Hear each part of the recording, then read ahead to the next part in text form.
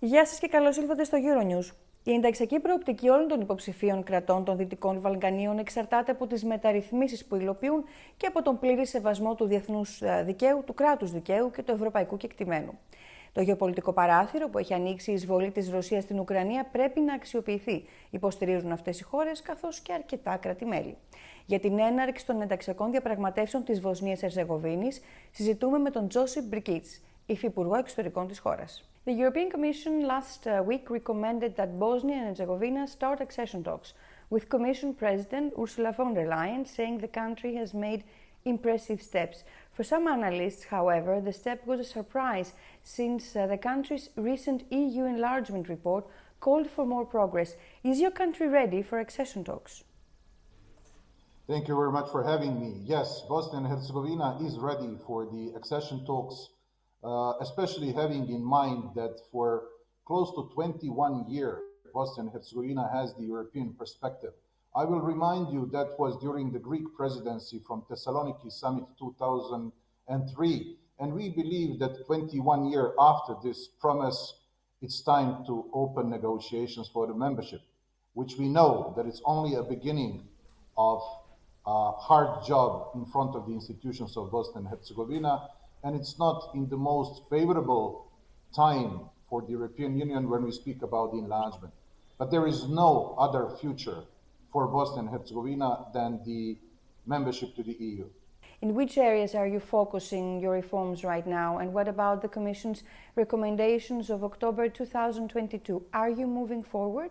The focus of this Council of Ministers, by the words of the President of the Commission, Ursula von der Leyen, said that this Council of Ministers made a progress which is comparable for the past decade. But the focus is on the rule of law and this envelope of the fundamental rights, which we all know that all the negotiations are starting and finishing. We have to make additional effort in order to amend the electoral law in Bosnia and Herzegovina, and a couple of also issues regarding to the law on courts. But these all are ongoing commitments from Bosnia and Herzegovina, and after we get the green light to open the negotiations, we are going to continue with the hard work and the reforms done in Bosnia and Herzegovina. Do you think that the EU should focus on the geostrategic momentum that we have right now for the accession of Western Balkans because of the Russian invasion in Ukraine? And what does that mean for EU's merit-based approach to enlargement? We think that, as I said, 21 years after the European perspective promise given to all the countries of the Western Balkans, it's time to have this political approach towards the enlarging of the EU. In the past 2 decades, only one country, and that's Republic of Croatia, neighboring, succeeded to finish the negotiations and to become a member state, and that was also 11 years ago. We believe that the ongoing Russian aggression to Ukraine will give political prudence within the European Union, but also waken up us all in the Western Balkans, including Bosnia and Herzegovina, to seize this historic momentum and push the entire region towards the EU. Because when you see geographically, Western Balkans is a kitchen garden of the European Union.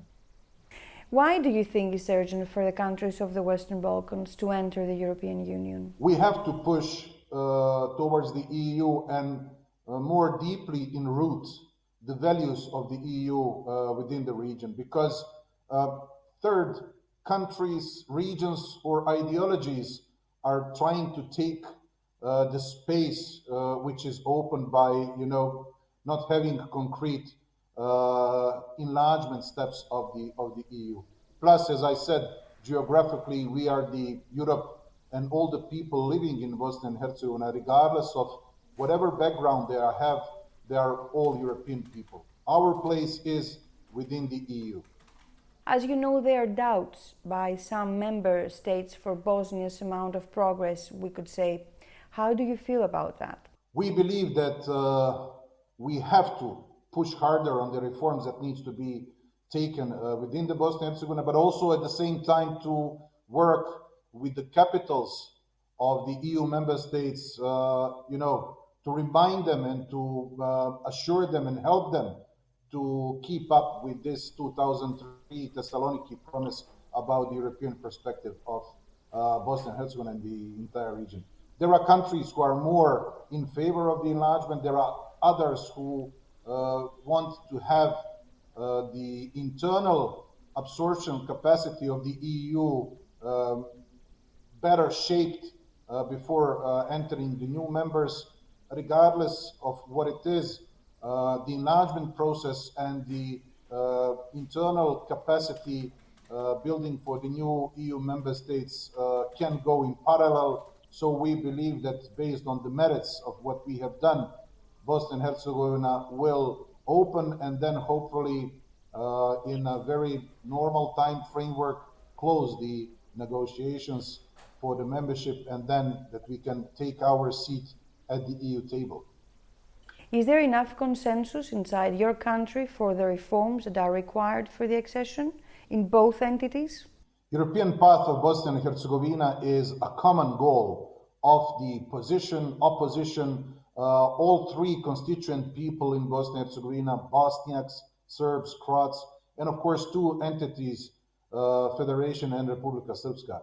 This is something which is uniting us, and this is something where we are all jointly pushing, because all the different levels of the governance in Bosnia and Herzegovina have the constitutional authorities that needs to take the necessary reforms in order to make us closer to the EU. And yes, the EU is consensus within the Bosnia and Herzegovina.